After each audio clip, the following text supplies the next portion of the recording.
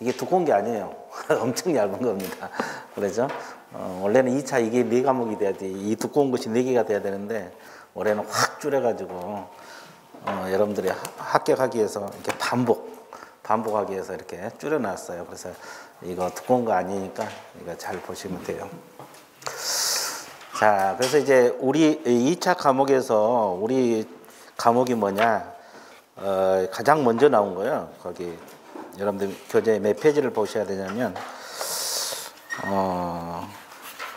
그 11페이지 이 공인중개사 법령 및 중개실무 이렇게 큰 타이틀이 나와요.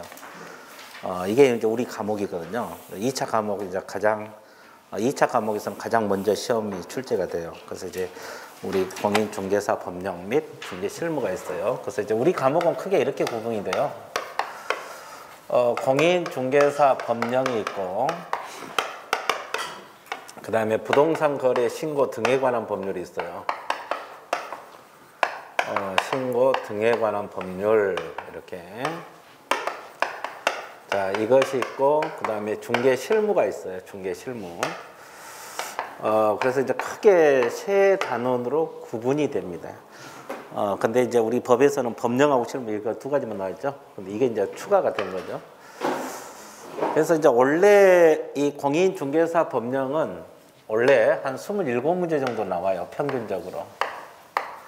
그리고 이제 이게 5문제 정도 나오고, 실무가 5문제, 8문제.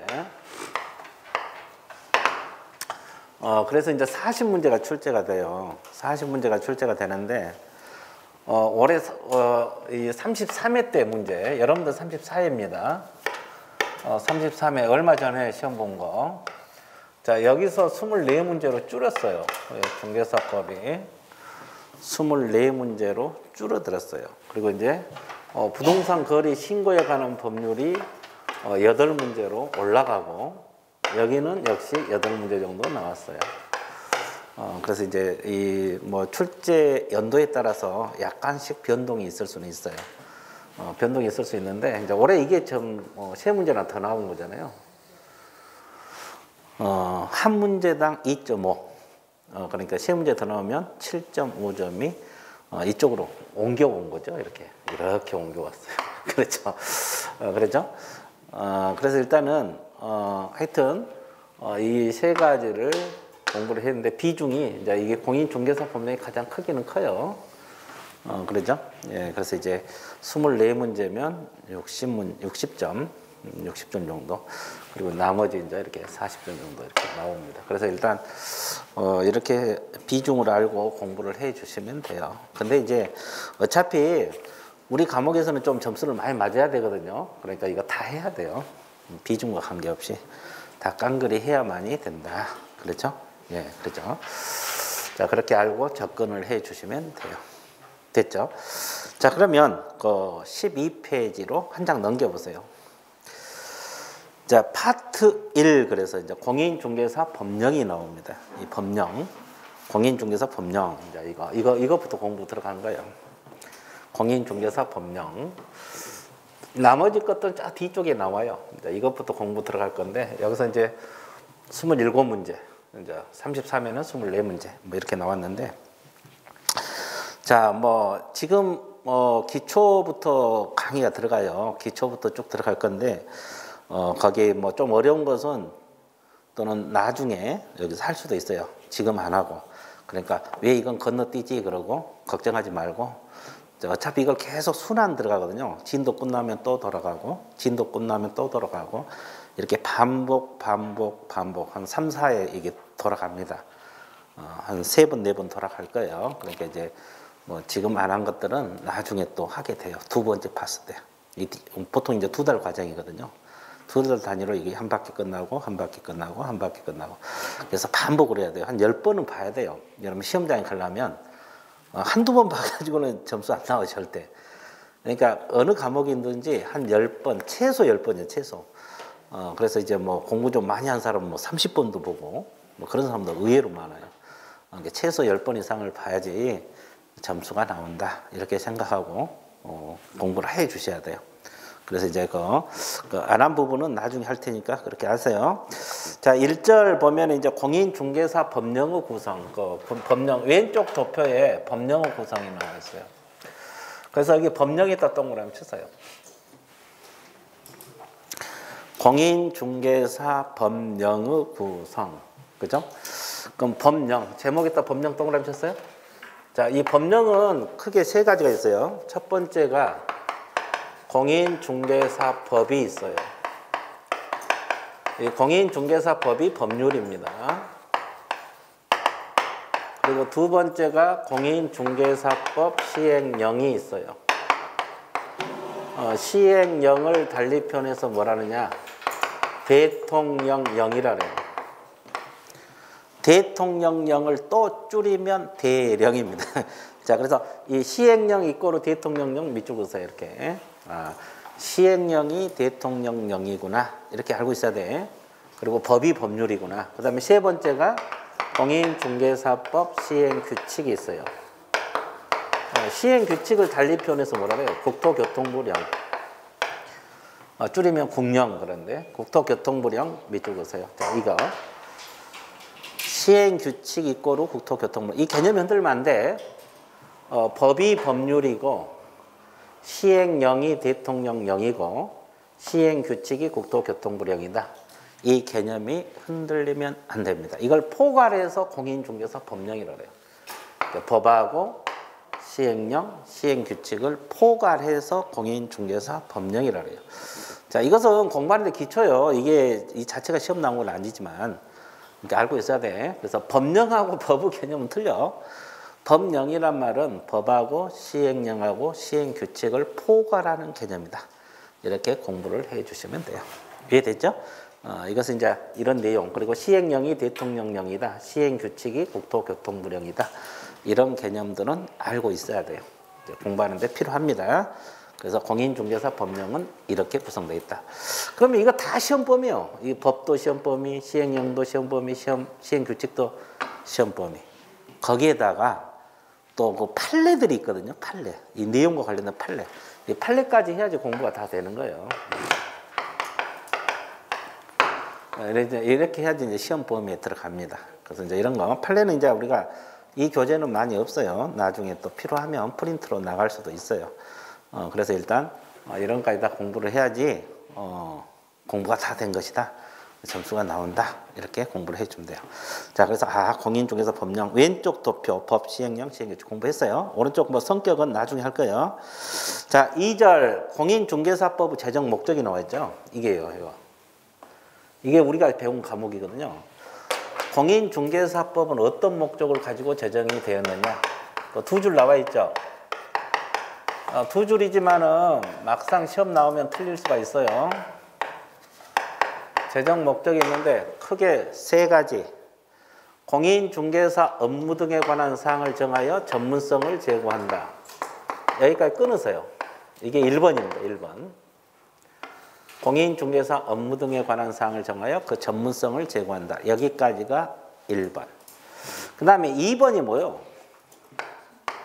부동산업이라 했어요? 부동산 중개업이라 했어요?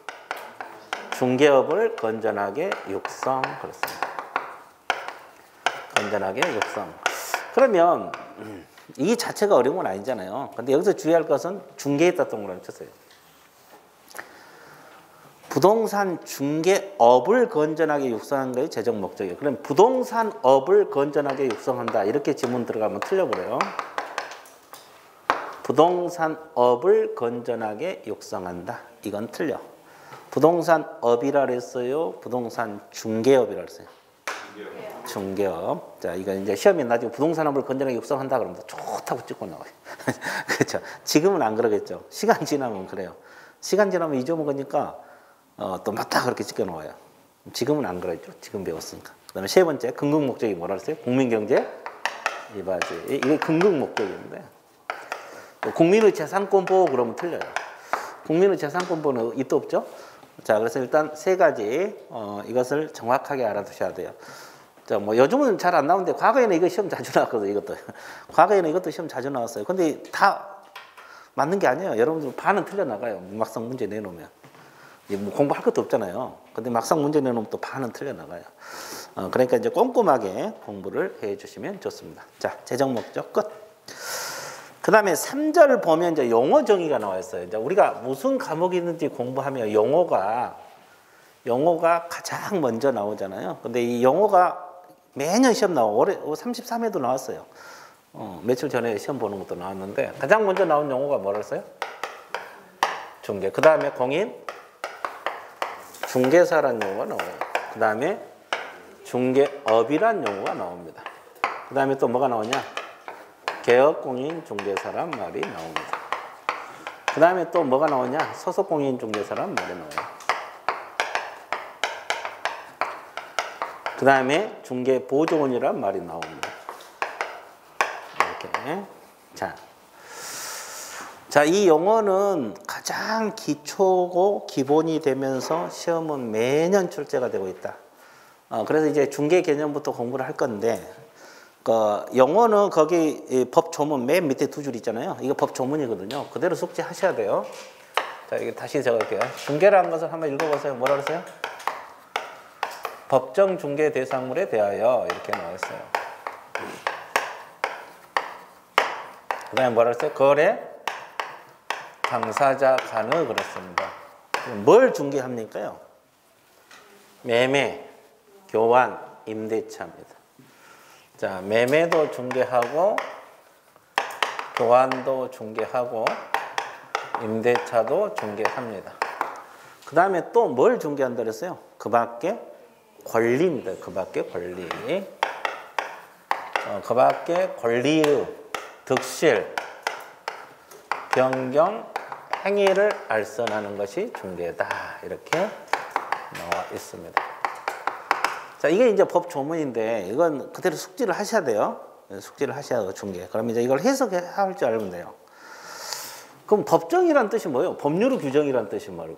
중개 대상물이란 것은 중개업소 사장이 이거거든. 개업공인중개사거든요. 이분이 중개할 수 있는 물건들이 뭐냐 이 말이에요.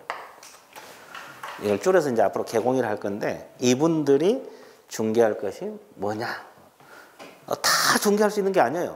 그러면 중개할 수 있는 것이 우리 법에서 규정된 것이 뭐냐? 토지, 건축물, 그리고 그 밖의 토지의 정착물. 자, 그 다음에 임목도 중개할 수 있고, 그 다음에 광업재단입니다. 광업재단도 중개할 수가 있고, 공장재단도 중개할 수 있어요. 이게 이제 우리 법에서 중개할 수 있는 물건들이다. 그러면 여러분들이 나중에 이제 사무소 내고 중개할 때 뭐 이것만 중개할 수 있어요. 그러면 자동차랄지 선박이랄지 이런 거 중개 못 해. 항공기랄지 중개 이런 거 중개 못 한다고. 그러니까 이것이 우리 법에서 규정되고 있는 중개할 수 있는 물건들이다 이 말이에요. 그래서 이제 뭐 자동차랄지 선박이랄지 항공기랄지 중개 이런 건 중개 못 합니다. 그래서 중개할 수 있는 물건이 이런 것들이 있구나 이렇게 알고 있으면 돼요. 됐죠? 자, 그 다음에 여기서 거래 당사자는 누구를 말하겠어요? 거래 당사자. 거래 당사자. 갑하고 을을 말합니다. 자, 갑. 이 갑입니다. 한자로. 건물, 건축물. 이게 하면 건축물인지 알아먹어야 돼요. 자, 그러면 을. 자, 갑과 을 사이에 뭘 중개하느냐? 매매. 매매가 사고 파는 거잖아요. 건물을 사고 팔 때. 그러면 파는 사람을 매도인이란 말을 쓰고 사는 사람은 뭐라 그래요? 매수인. 이게 거래 당사자요. 그죠? 거래 당사자 간의 매매. 자, 교환이라는 것은 물건을 막 바꾸는 거거든요. 뭐 건물하고 토지하고 막 바꾼다 할지. 그죠? 주택하고 아파트를 막 바꾼다 할지. 이것은 거래 당사자, 교환 당사자 쌍방이 있어요. 그리고 이제 임대차는 유상으로 빌려주고 빌린 걸 말하거든요. 그럼 A라는 개업공인 중개사가 거래 당사자, 그러니까 여기는 임대인이라 그래요. 임대인하고 임차인. 이게 이분들이 다 거래 당사자들이거든요. 자, 매매, 교환, 임대차 이런 것을 알선하는 것이 중개다 이 말이에요. 그러면 이것만 알선한 게 아니라 이것도 중개할 수 있어요. 권리, 그 밖의 권리. 그럼 여기서 그 밖의 권리란 것은 민법상 권리들을 말합니다. 그러니까 민법상 모든 권리를 다 중개할 수 있는 건 아니에요. 중개할 수 있는 권리도 있고 없는 권리도 있어요. 그럼 우리는 중개할 수 있는 권리가 뭐고 없는 권리는 뭐냐? 이런 걸 공부하는 거예요. 자, 이것은 이제 그냥 들어봐요. 그 밖의 권리도 중개할 수 있는데 이 그 밖의 권리가 뭐냐? 자, 민법상 권리들을 말하는데 소유권은 중개할 수 있어요. 그리고 이제 지상권하고 지역권하고 전세권도 중개가 가능합니다. 이걸 이제 용익물권 종류들을 말해요. 용익물권이라고 해요. 세 가지가 용익물권. 타인의 물건을 사용, 수익할 수 있는 권리들을 말하거든요. 자, 이 지상권이 뭐고 지역권이 뭐고 전세권이 뭐냐? 지금 몰라도 돼요. 이것은 어차피 한 바퀴 돌면 민법에서 다 배워요. 민법에서는 이 내용을 배우고 우리 과목에서는 이걸 이 사람이 중개할 수 있냐 없냐 이건 배우는 거예요. 그러니까 이 내용을 당장 모르더라도 아 이건 중개할 수 있는 권리구나. 우리 과목에서 이렇게 하면 돼요. 그래서 이제 민법에서 내용. 그래서 이 전 과목이 한 바퀴 돌면은 다 알게 돼요. 그리고 이제 등기법에서는 이걸 등기를 어떻게 하느냐 이런 걸 배우는 거예요. 이제 과목마다. 우리 과목에서는 중개할 수 있냐 없냐를 배우는 거고 민법에서는 내용을 배우는 거고 등기법에서는 이 등기를 어떻게 하느냐 이걸 배우는 거예요. 그러니까 이제 전 과목이 이렇게 한 바퀴 돌아가면 이것이 이제 뭔 소리인지 다 접근이 되고 그러니까 지상권이 뭐고 지역권이 뭐고 전세권이 뭐다 이거 몰라도 돼요. 일단은 이제 그러니까 우리 과목에서는 이걸 중개할 수 있냐 없냐 이걸 공부하면 돼요. 나중에 이제 한 두 바퀴 돌면 다 알게 돼요. 내용까지. 그런가요? 자, 그러면 여기서 이제 이 권리는 중개할 수 있는데 여기서 득실 변경이라는 게 뭐냐면 이 득이란 말의 설정입니다. 실이 말 그대로 소멸이고 변경이 말 그대로 변경 또는 이전을 말하거든요. 그럼 소멸은 신경 쓰지 않아도 되고 일단 지상권 설정 계약 중개할 수 있어요. 지상권 이전 계약 중개할 수 있어요. 그러니까 지상권 설정 계약도 중개할 수 있고 이전 계약, 지역권 설정 계약, 지역권 이전, 전세권 설정, 전세권 이거 다 중개할 수가 있어요. 자, 이건 중개할 수 있는 권리들이다. 그죠? 그 다음에 또 담보물권이 있어요. 담보물권이 저당권이 있어요. 저당은 이제 돈 빌려주고 물건을 담보로 잡히는 거죠. 자, 이걸 담보물권이라고 그러거든요. 그러면 담보물권 종류는 또 뭐가 있냐? 유치권이 있어요. 유치권. 그리고 질권이 있습니다. 그러면 이 저당권은 이것처럼 설정 이전을 다 중개할 수가 있어요. 그리고 이제 질권은 중개 못 합니다. 이 질권은 이제 여러분들 그 전당포 생각하면 쉬워요. 전당포라는 것이 물건 맡기고 돈 빌려 쓰는 거거든요.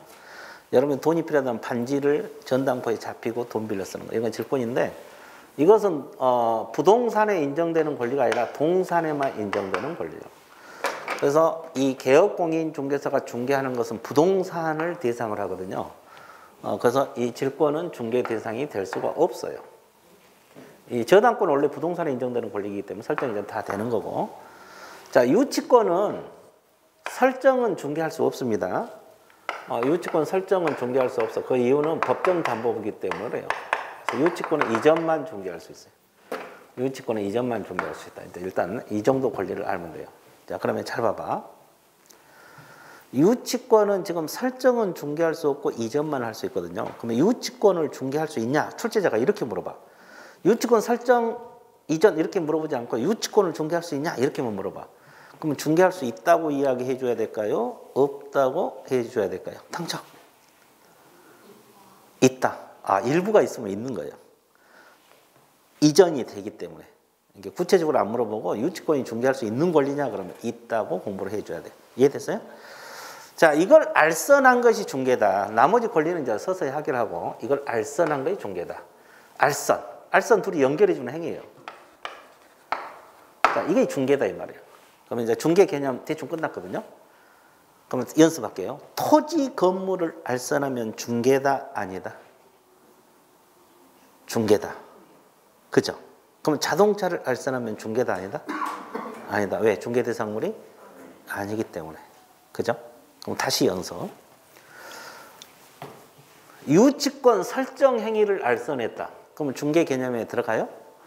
아니래요. 그럼 유치권 이전 행위를 알선했다.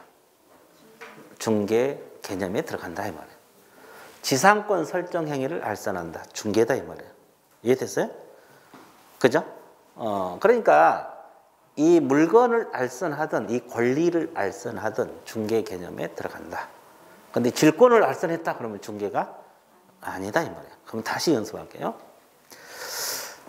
여러분들 우리가 부동산 개발하면 좋냐 안 좋냐 누가 물어봐요. 그러니까 개공이 개발하면 좋다 안 좋다 상담을 해줬어요. 그건 중개 개념에 들어가겠어요? 누가 이 토지를 개발하면 좋냐 안 좋냐 물어봤어요. 그러니까 개공이 개발하면 좋다 또는 안 좋다 이렇게 상담을 해줬어. 이건 중개 개념에 들어가? 안 들어갑니다. 왜 안 들어가냐면 알선이 아니에요. 그 고민 해결해 준 것이지 둘이 연결해 주는 게 아니잖아요. 상담은 고민 해결. 우리가 이제 이 개공이 상담할 수 있거든요. 겸업으로 할 수 있는데 나중에 배울 거예요. 겸업을 할 수 있는데 그것은 중개가 아니에요. 상담은 알선이 아니기 때문에. 그죠? 자동차는 중개 대상물이 아니기 때문에 알선해도 중개가 아니고 상담은 중개 부동산은 맞지만은 알선이 아니기 때문에 중개가 아닙니다. 이해됐어요? 그래서 중개란 것은 저런 물건을 알선하는 것이 중개다. 이렇게 공부를 해 주시면 좋습니다. 이해됐죠? 자, 그래서 개략적인 중개 개념이 끝났어요. 자, 그 다음에 맨 밑에 두 줄이 끝났고요. 자, 오른쪽 페이지에 양가로 2번 중개의 유형이 있고, 그 다음에 양가로 3번 중개의 구별 개념이 있죠. 그래서 양가로 2번은 나중에 하기로 하고, 유형은 오늘은 중개의 구별 개념을 좀 봐드릴게요. 이 중개하고 비슷한 개념들이 있어요. 가장 대표적인 것이 중개하고 대리, 중개하고 이임이 있거든요. 그러면 이거 공부하는 것은 공통점, 즉 유사점하고 차이점을 공부하는 거예요. 그럼 중개라는 것은 방금 공부했죠? 뭘 중개라고 했어요?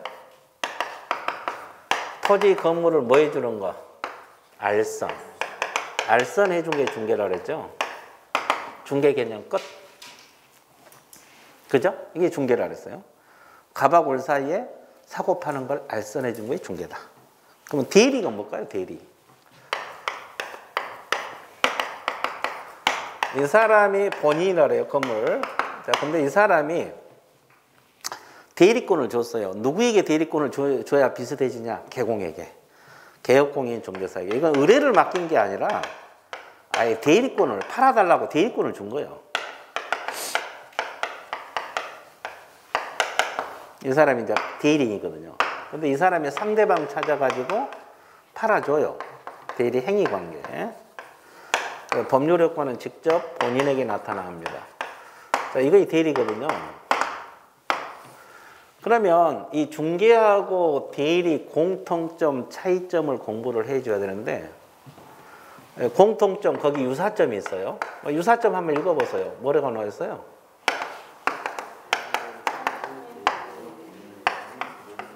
자, 법률행위 밑줄 보세요. 그러니까 타인과의 사이에 개입해서 법률행위 했던 거는 법률행위가 성립하도록 조력을 해준다. 자, 그럼 법률행위가 뭘까? 법률행위가? 법률행위가 뭐겠어요? 에? 그게 법률행위요? 법률행위란 것은 의사표시를 요소로 하는 법률 요건을 말하거든요. 계약을 생각하면 돼요. 가장 대표적인 법률행위가 계약이거든요. 계약이 뭐예요? 청약과 승낙. 이 물건 사라, 청약. 사겠다, 승낙. 합치가 계약이잖아요. 자, 이것은 법률행위거든요. 자, 그러면 여기서는 거래계약, 갑하고 을하고 이렇게 맺는 계약을 매매계약, 임대차계약 이걸 통틀어서 거래계약이란 말을 써요. 이걸 통틀어서 무슨 계약? 거래계약. 이게 기초개념이에요. 매매계약도 임대차계약도 전세권 설정 이걸 통틀어서 거래계약이라 해. 갑하고 을하고 맺는 계약을 거래계약이요. 그럼 이 거래계약은 법률행위거든요. 그러면 공통점이 뭐라 그랬어요? 이 개공이 둘이 법률행위 하도록 도와주고 있죠? 법률행위 성립에 조력한다. 계약하도록 도와준다 이 말이에요. 자, 그래서 여기도 대리인이죠. 개공이 대리인이잖아요. 그러면 둘이 여기서 알아서 팔아달라 권한을 줬죠. 그럼 팔아줘. 매도인 자격으로 매수인. 그래서 이제 둘이 매매 계약이 이루어져. 이것도 무슨 계약이요? 거래 계약. 그러니까 이 대리인도 법률행위 하도록 조력을 해준다. 그죠? 대신해서 지금 팔아주고 있잖아요. 그래서 법률행위 성립에 조력한다는 뜻에서는 중개든 대리든 똑같다 이 말이에요. 이해됐어요? 법률행위 성립에 조력한다. 이런 것은 공통점. 자, 차이점 보세요. 여기서 보세요.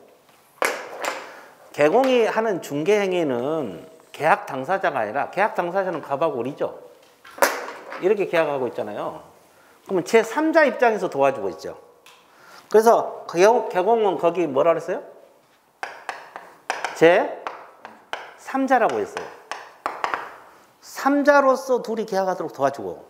근데 대리 같은 경우는 개공이 직접 대리인으로서 매도인 자격을 가지고 있어, 안 가지고 있어?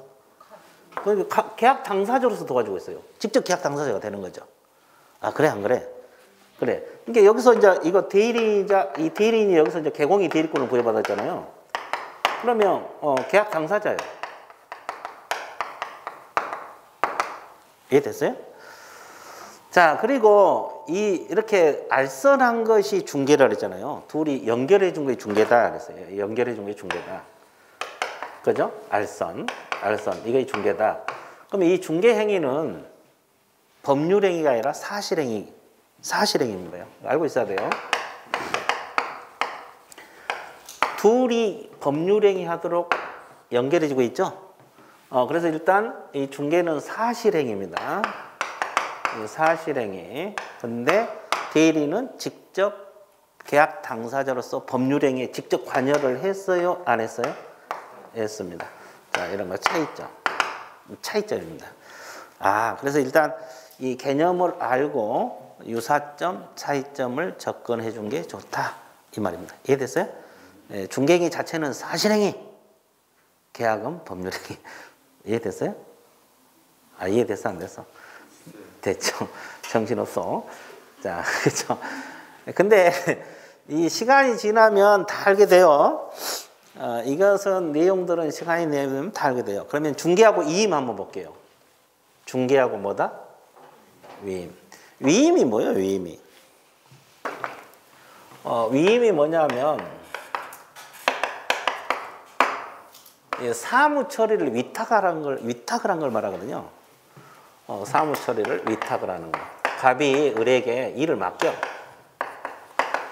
일을 맡기는 사람을 뭐라 그래요? 위임인. 맡은 사람을 수임인이라는 걸 써요. 이 용어 용어. 일을 맡기는 사람을 위임인. 맡은 사람을 수임인. 자, 그러면 둘이 유사점이 뭐냐? 한번 볼게요. 공통점 유사점은 자, 이 개공이 의뢰가 들어옵니다. 이 물건 중개해달라. 의뢰가 들어와요. 중개해달라. 그러면 알았다. 그래서 이렇게 중개해달라. 그럼 알았다. 이렇게 맺는 계약을 무슨 계약이라고 하겠어요? 이제 이것도 기초인데 이 개념부터 잡고 들어갈게요. 중개해달라. 그러면 개공이 중개해주겠다. 그러면 계약이 성립이 돼. 이걸 무슨 계약이라 할까요?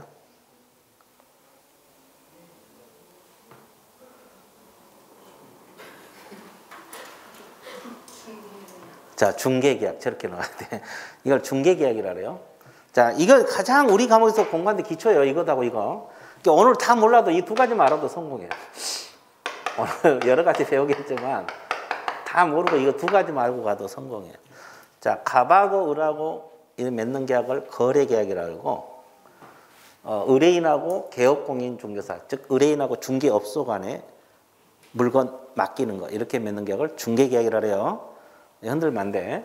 그러면 의뢰가 들어와요. 그러면 이 물건 팔고 싶은 게 중개해달라. 그러면 개공은 이 물건 조사해야 되거든요. 이 물건 하자가 있는가 없는가 조사해서 설명을 해줘야 돼요. 이 사람한테. 그러면 물건 조사할 때 대충 해야 돼요? 주의를 가지고 조사해야 돼요? 주의를 가지고 하자 있냐 없냐. 이걸 성관주의라 그래요. 성관주의.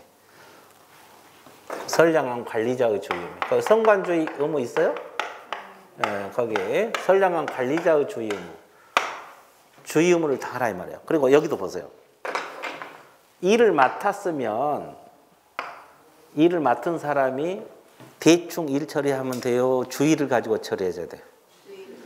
그래서 이건 공통점이에요. 그러니까 선량한 관리자의 주의 의무는 공통점. 그런데 차이점 뭐냐? 여러분들이 중개해주고 중개 보수 받아요? 안 받아요? 이게 유상이 원칙이에요. 물론 친척이나 아는 사람 보수 안 받고 중개해 줄 수도 있어요. 그런데 원칙이 유상이다 이 말이에요. 이해됐어요? 근데 위임은 원칙이 무상이에요. 이것도 유상으로 할 수 있어요. 아, 내가 일 처리해 줄 테니까 돈 달라. 알았다. 유상으로 할 수 있는데 원칙이 무상입니다. 그러니까 원칙론으로 따지면 차이점. 됐어요? 그리고 이 중개 같은 경우는 신뢰 관계를 기초로 하지 않아요.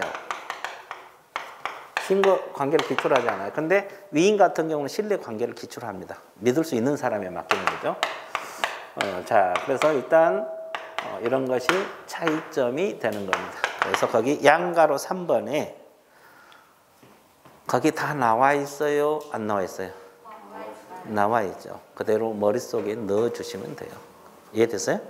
예, 이것도 이제 뭐 위임도 수임이라는 단어가 우리가 공부하는 데도 자주 나온 용어들이에요. 그러니까 이런 건 기초로 잡고 알아두셔야 돼요.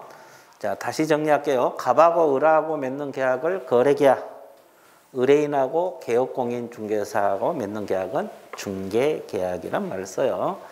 자, 이거 우리 과목에서 공부하는데 가장 기초가 되는 개념들이다. 가장 기초가 되는 개념이다. 이걸 흔들리면 안 됩니다. 흔들리면 안 된다. 이해되죠? 자, 그 다음에 2번 용어 읽어보세요. 뭐라 그랬어요? 공인중개사란 개념이었어요. 자, 공인중개사 읽어보세요. 뭐라고 나왔어요? 공인중개사라는 것은 어느 법에 의해서? 공인중개사법 줄이면 2법. 앞으로 2번. 그래서 공인중개사 자격을 뭐한 자? 취득한 자. 이게 한 줄밖에 안 되는데 이것도 시험에 나올 수가 있어요. 또 시험 나오면 틀리면 안 돼. 여러분 지금 뭐 하려고 이거 앉아 있어요? 그래, 이거 공인중개사 되려고 앉아 있는 거죠. 지금 공인중개사 되려고 앉아 있는 거잖아요. 그죠? 그러면 이 공인중개사법에 의해서 자격을 취득한 자입니다. 그래서 그 밑에다 적어 애국법에 의해서 자격을 취득한다 이러면 틀려. 애국법에 의해서 자격을 취득한 자가 공인중개사다 그러면 틀리다고. 이거 다 시험에 나왔던 지문들이에요. 그러니까 애국법에 의해서 자격을 취득한 자가 공인중개사라면 틀리고 어느 법에 의해서? 애국법. 애국법. 영국이나 미국 애국법 뭔 소리인지 알았어요? 예.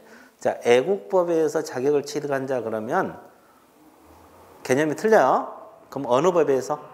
공인중개사법. 우리가 지금 배운 과목이 공인중개사법이거든요. 그리고 자격을 뭐한 자라 했어요? 여기 밑에 보세요. 그러면 자격을 취득해서 중개업을 영위하고 있는 자가 공인중개사다. 그러면 틀려요. 자격을 취득하여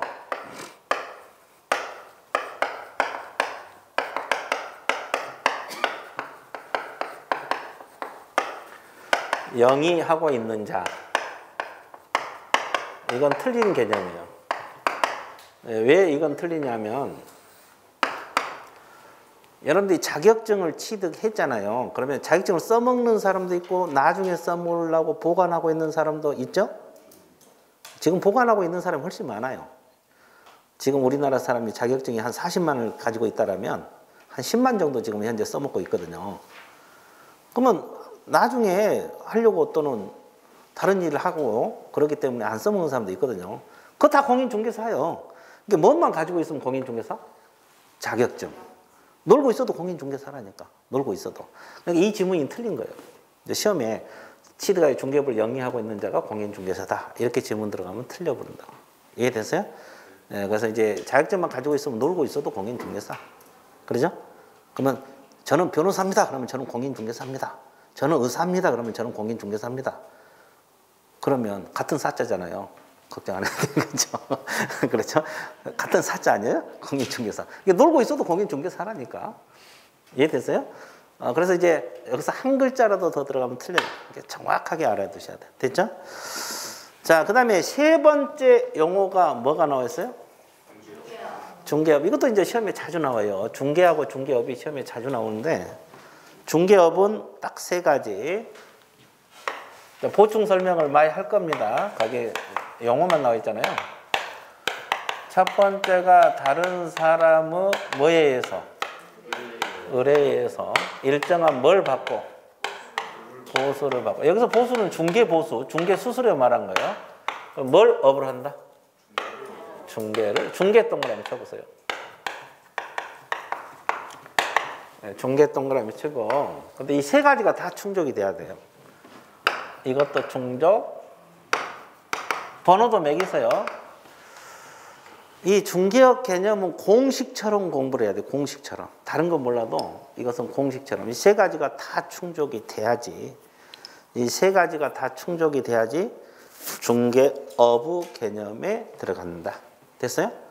그럼 여기서 다른 사람이란 건 누구를 말하겠어요? 다른 사람이란 건 누구를 말해요? 의뢰인을 말합니다. 의뢰인. 자, 칠판 보세요.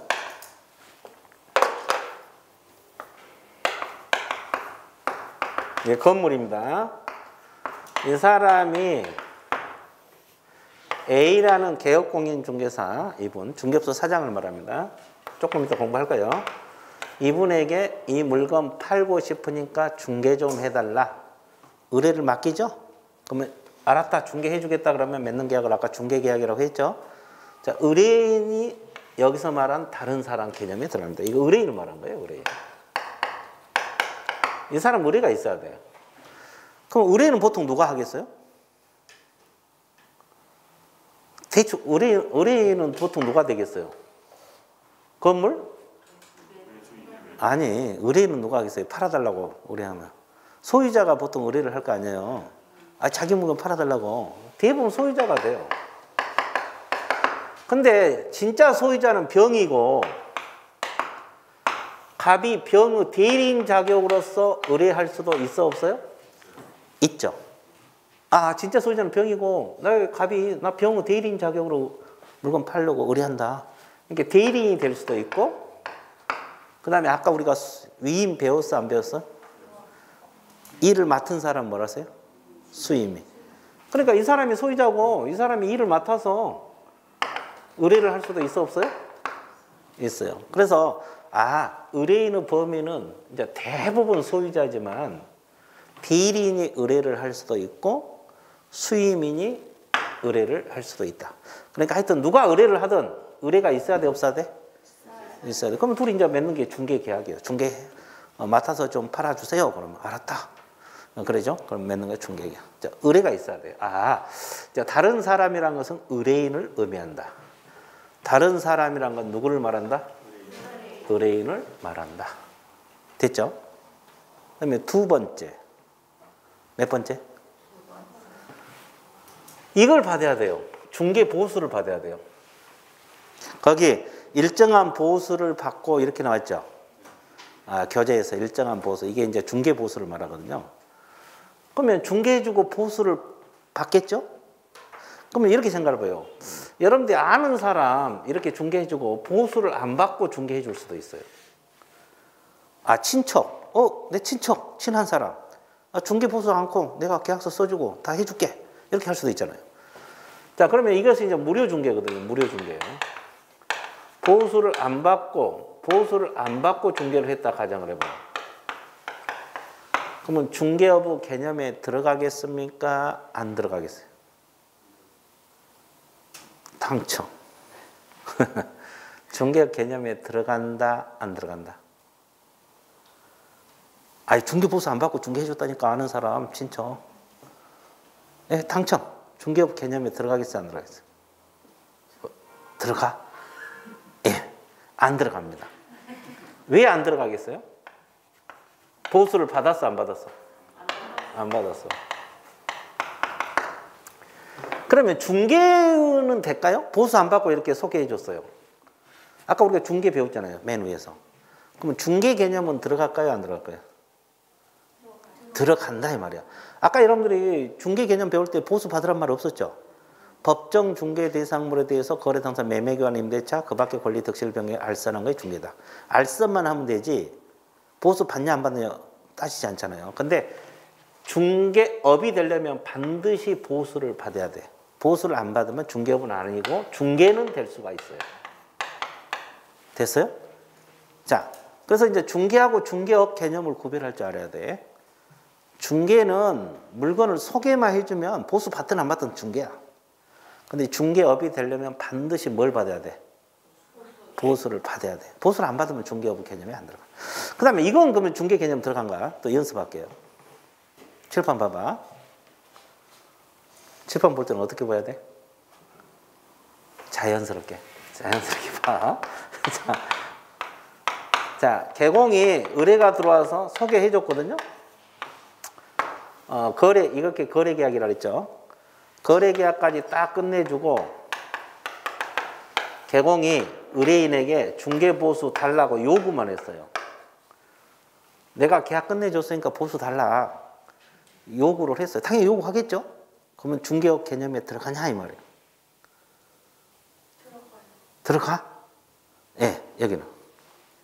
들어가? 아직 안 받았는데? 하여튼 들어가. 여기는. 중개 개념에는 들어가고. 중개업은 아니다? 중개는 일시적인 건 아니에요. 아니, 거기서 일시적이 왜 나와? 내가, 여기서는 보수를 아직 받았어, 안 받았어? 중개업이 아닙니다. 안 들어가요. 아직 안 받았어요. 그러면 둘이 계약 끝내주고 둘이 합의해서 보수를 주고받기로 합의를 딱 했어. 약속만 했어, 약속. 중개업 개념에 들어가겠습니까? 그건 또 들어가? 약속했으니까? 안 들어가. 왜 안 들어가? 받았어, 안 받았어? 안 받았잖아요. 보수를 받아야지 중개업이라니까? 그렇죠? 이거 다 판례예요. 이거 판례예요. 판례. 아까 내가 판례까지 공부한다 그랬죠. 이게 보수 달라고 요구하거나 약속만 해가지고는 중개업 개념에 들어가지 않아. 그러면 중개업 개념에 들어가려면 확정적으로 뭐까지 받아야 돼? 보수까지 받아야 돼. 이게 중개는 될 수 있어도 중개업은 아닙니다. 이해됐어요? 그러니까 이 한 줄이 있으면 그걸 해석할 줄 알아야 돼. 이 해석을 못하면 의미가 없어. 그죠? 그죠? 그러니까 강의를 드려야지. 그 다음에 뭘 업으로 한다? 중개를. 이 중개 동그라미 쳤죠? 그러면 중개 아까 처음에 배웠죠? 토지 건물을 알선한 거에 중개를 했잖아요. 이게 중개고, 업이란 건 계속 하는 거예요. 토지 건물 알선을 계속 해주고 돈 받고 이런 것이 중개업이거든요. 그래서 중개를 업으로 해야지 중개업이에요. 그러면 아까 자동차 알선은 중개라 그랬어요? 아니라 그랬어요?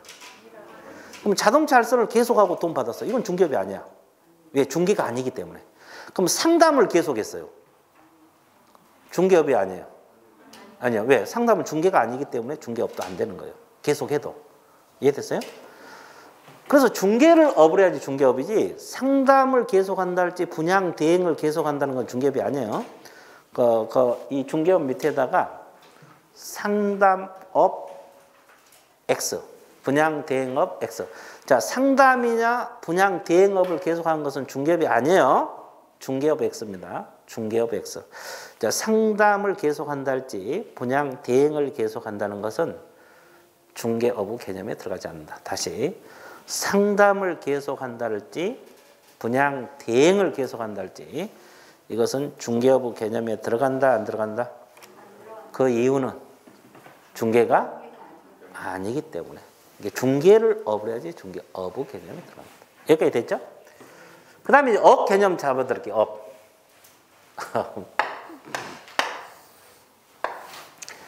자, 업의 개념을 잡아야 되는데 이쪽은 업이 되는 쪽이고 이쪽은 업이 안 되는 쪽이에요. 자, 업이 돼야지 중개업이거든요. 업이 아니면 중개업이 아니에요. 자, 그럼 봐보세요. 중개업이 업이 되려면 불특정 다수인을 대상으로 해야 돼요. 불특정 다수인. 그럼 불특정이라는 건 뭐예요? 특정되지 않는 다수 사람.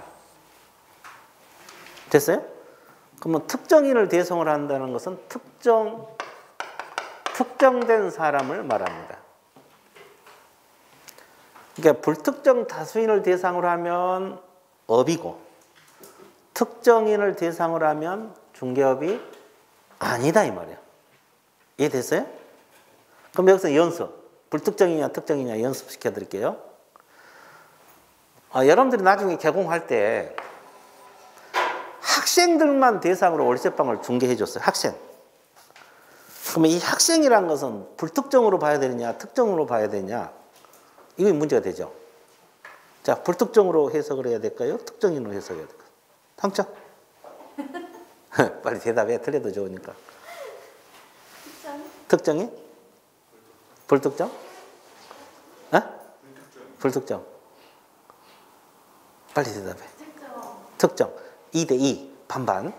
우리 최종 결론. 최종. 학생은 특정인으로 봐야 돼요? 불특정으로 봐야 돼요? 특정인? 불특정으로 봐야 돼요. 불특정으로 봐야 돼요. 왜냐하면 학생이라는 것은 전국에 학생들 많아요, 적어요? 많죠. 그러면 건국대학교 부동산학과 학생 그러면 뭘로 봐야 돼요? 그건 특정인으로 보면 돼요. 그러면 그냥 공인중개사 수험생 그러면 전국에 수험생들 많죠. 이건 불특정으로 봐야 되고 남양주 공인중개사학원 야간반 수강생 그러면 특정인으로 봐야 돼요. 이게 특정이라는 것은 한 사람 의미한 게 아니라 범위가 한정이 되어 있나 안 되어 있나를 봐야 돼요. 이게 무슨 대학교 학생 또는 무슨 학원 수강생 이러면 특정인으로 봐야 돼요. 됐어요? 그러면 불특정 다수인으로 대상으로 해야지 특정인을 상대로 하면 업이 아닙니다. 그럼 업은 가장 중요한 것이 이거예요. 계속적이고 반복적. 이게 가장 중요해요. 업이란 말은 계속하는 거예요. 계속. 그러니까 물건을 한 번 한 게 아니라 계속 알선하고 돈 받고 이게 중개업이라고. 그죠? 그럼 우연히 한 번 하면 업이 아니에요. 우연히 한 번 하면 업이 아닙니다. 그러면 업이 되려면 한 번 해야 돼요? 여러 번 해야 돼? 근데 이제 주의할 거 있어요. 횟수만 갖고 따진 게 아니거든요. 이건 계속으로 본가 한 번으로 본가 봐보세요. 중개사무소 내고 한 번 알선을 했어. 이건 계속으로 봐야 돼? 한 번으로 봐야 돼? 이건 계속으로 봅니다. 한 번 했지만은 사무소를 냈다는 것은 앞으로 계속할 가능성이 있어 없어? 이걸 판례에서 잠재적 계속성이란 말을 써요. 그러니까 한 번 했지만은 이건 계속으로 봐갖고 업으로 봐버린 거예요. 그러니까 여기서 업으로 안 보려면 우연이란 말이 들어가야 돼요. 우연히 한 번 그러면 말 그대로 한 번이야. 그러니까 여러 번 한 건 당연히 뭐 계속이고 한 번 했더라도 사무소 내고 한 번 했다 할지 영업 개시 후 한 번 했다 할지 이건 계속으로 본다 이 말이에요. 이해됐어요? 그 다음에 또 하나 세 번째 영리 목적성이 있어야 돼. 영리성이 있어야 돼. 영리성. 영리성이라는 것은 그럼 비영리 목적이면 업이 아닙니다. 그러면 이 세 가지가 다 충족이 돼야 돼요. 여기도. 이게 이제 이렇게 세 가지 다 충족이 돼야 된다고. 그럼 연습시켜 드릴게요. 여러분 뭐 요즘 뭐 TV 보는가 모르겠네. 그 프로에 구해줘 홈주란 말이 있어요. 그 연예인들이 집 소개해주고 싸게 소개해주고 있잖아요. 그럼 매주 하잖아요. 그럼 그건 한 번 하는 거예요? 계속 하는 거예요? 그러면 업이 돼야 되는데 그 업이 되면은 그분들이 등록을 안 했으니까 무등록업자로 처벌받아서 방송할 수가 없어요. 근데 하고 있잖아요. 왜 그러냐면 그분들은 영리성이 있어 없어? 없어요. 그러니까 그분들이 하는 것은 이것도 충족이 됐고 이것도 충족이 됐어요. 둘은 충족이 됐는데 영리성이 없어.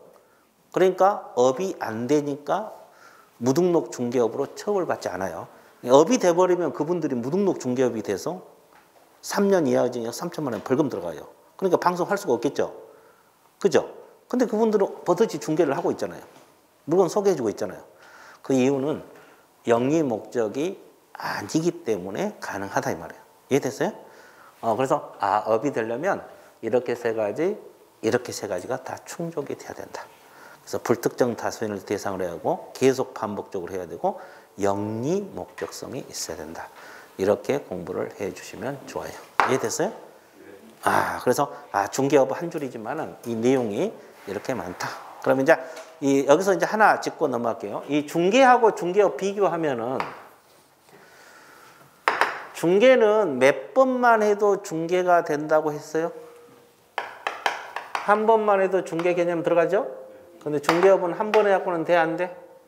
안 돼. 계속적이고 반복적. 물론 이제 한 번 해도 계속으로 해석이 되면 계속으로 보는 거고. 차이점. 중개는 보수, 중개 보수를 안 받아도 중개 개념이 들어가죠? 근데 중개업이 되려면 반드시 보수를 받아야 돼, 안 받아야 돼? 받아야 돼. 이런 게 차이점이에요. 중개하고 중개업 개념 차이점. 가장 근본적인 차이점이 계속이냐 아니냐, 보수를 받느냐 안 받아도 되느냐, 이런 것들이 중개 개념하고 중개업 개념의 차이점이 되는 거예요. 자, 이런 걸 구별할 줄 알아야 돼요. 구별할 줄 알아야만이 여러분들이 된다 이 말이에요. 이해됐어요? 예, 그래서 이제 우리가 용어를 세 가지를 했어요. 중개 용어, 공인 중개사 용어, 중개업의 용어. 이 세 가지를 하다 보니까 어느덧 1시간이 흘렀거든요. 그러면 어떻게 해야 됩니까? 그러지, 쉬었다가 들어갑니다. 자, 잘못인 분은 커피 한 잔 마시고